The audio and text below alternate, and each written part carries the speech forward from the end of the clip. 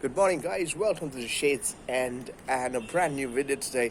We're going to talk about Malang Sarr, but before we do that, we're going to talk a little bit about the Havertz, Chilwell, and Thiago Silva deal. So watch till the end. Here we go. See us, guys.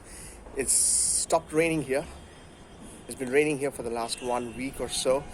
I love making videos outdoors, so it feels good to be here with a little bit of sunlight in the back.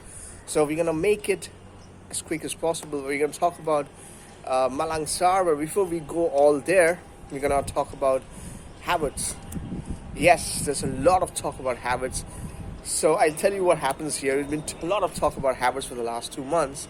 You know, the deal is done, the deal is this, the deal is that, but you know, nothing official. And it looks like there are two sets of journalists, group of journalists that is. One who keeps on saying that Havertz deal is done and been saying for the last 2 months. And then there's some group of people in YouTube, in Twitter, in the other social media. They join the bandwagon and they start talking about Havertz deal is done, this, that, and that, but nothing official as yet. And then there is a group of journalists, maybe anti-Chelsea journalists, who talk about it's nothing done. I mean, just talk about Leverkusen's Twitter handle, the official Twitter handle. They came up with all the talk that was happening about Havertz deal has been done. They came up with video clips of Havertz goals scored or his best plays for Leverkusen. So why will team will do that if the deal has gone through with Chelsea? You know, why they will be teasing us? I mean, really. So we need to know the official confirmation. Hopefully it will be coming by the 28th. 28th is the coming Friday. This is when Leverkusen starts their preseason for the coming season in Bundesliga.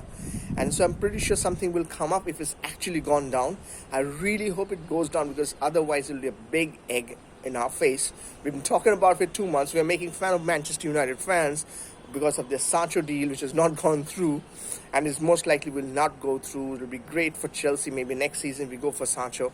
But for this season, we need to get Havertz done, because it's like become a big prestige issue right now for Chelsea fans more than anybody else. The deal needs to go through, and I'm pretty sure it might have gone through, but the official confirmation needs to be done. 150,000 quid per week is what's been talked about for Havertz as of now. Hopefully that is the case. Now really praying. I really literally the last 2 months I'm not making much Havertz videos, because really every day we come across this news. You know, Sunday is like an off day for these journalists, so they don't get to hear anything on Sundays. If you have been watching the trend of this video is trending, but on a Monday suddenly you'll hear so much happening. And suddenly they wake up and on Monday they go to office and they have to come up with some other ideas. Now it's work from home, no office, but they will have to come up with some ideas, and this is the idea. Havertz deal. Let's spin a new news on that, clickbait kind of thing. I mean, so it's kind of crazy for a normal Chelsea fan like me. It's like teasing us from either side, because we really want Havertz on board. And we need to be patient, I understand, but 2 months is a really long time. With just 2 weeks to go, 2.5 weeks actually, for the Premier League seasons to start. This is actually a very long time to actually go out there and wait for this marquee signing, because for me, Havertz is a real deal. Just like Werner, just like ZH, just like Pulisic, almost 18 months ago. It's a marquee, big signing for Chelsea, which we need. Same goes with, as like Havertz, same goes with Chilwell, Ben Chilwell. Suddenly I came across a news yesterday stating that the deal is on the verge of collapse, and I was like, really? And then within an hour of that, and that's what I say, there are two groups of journalists, the one who are anti-Chelsea maybe, and the one who are pro-Chelsea. The anti-Chelsea maybe just went ahead and said the deal is on the verge of collapse, and the next thing you know, there's a bunch of news that came up, articles which saying that it's almost done, though he is not fit for the next 3-4 weeks. But the deal is done, the medical has been done, and it's just a matter of time. So it's like propaganda at its fullest. And that's the reason why I don't make videos like that, because I know Nothing is confirmed, and until it's officially done, it doesn't make sense to just keep on saying every day, this is done, this is done. Every day some people make videos like that, and it's funny, it's not yet done officially. So that's about it. There was the story of Thiago Silva I wanted to talk about. I have made a headline on that. It says, another Brazilian in London. That's Thiago Silva. Yes, after David Luiz, after Willian, this Thiago Silva is the other Brazilian in London, the new Brazilian kid in London, how does it put it? So, Thiago Silva might have actually accepted a deal with Chelsea. He already said that his last match with PSG was the Champions League final.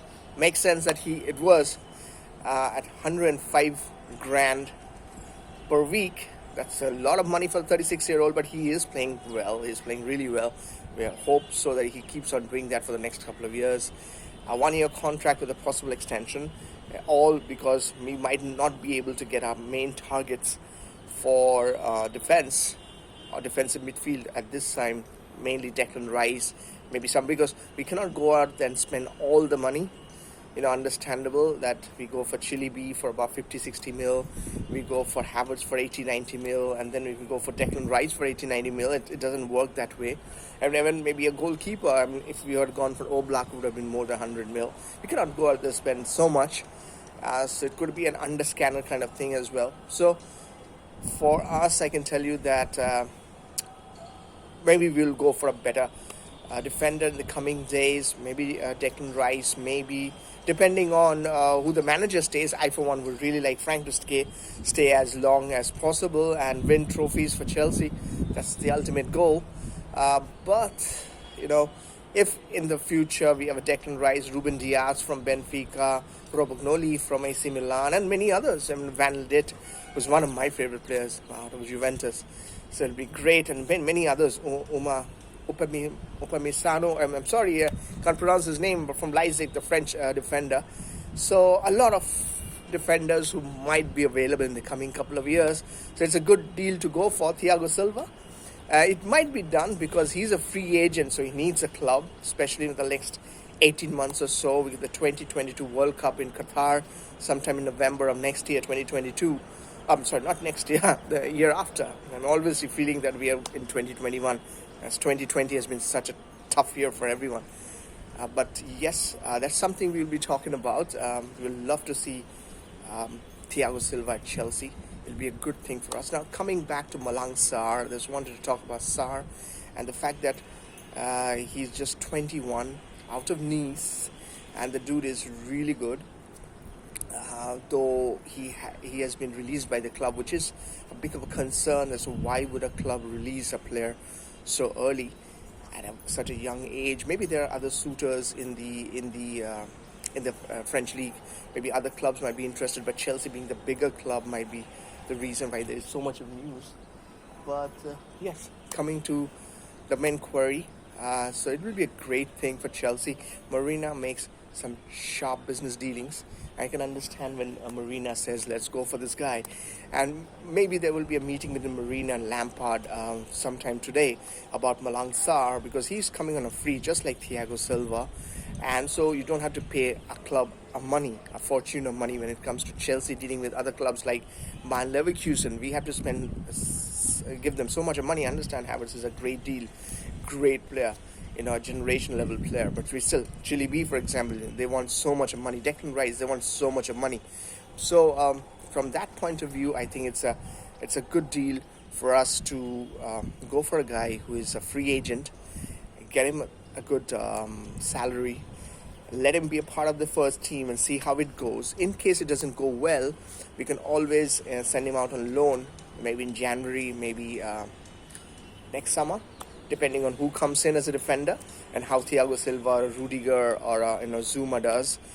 And if he can improve himself, then he stays with the team. If he doesn't, then we can always have an option to sell him. That way we make a profit, because we are not buying him from anywhere. So it's a free agent deal. So it's a good deal for Chelsea. Even if we sell him for 15 mil, 20 mil in 2 years' time, we're still making some money. We're still a profit.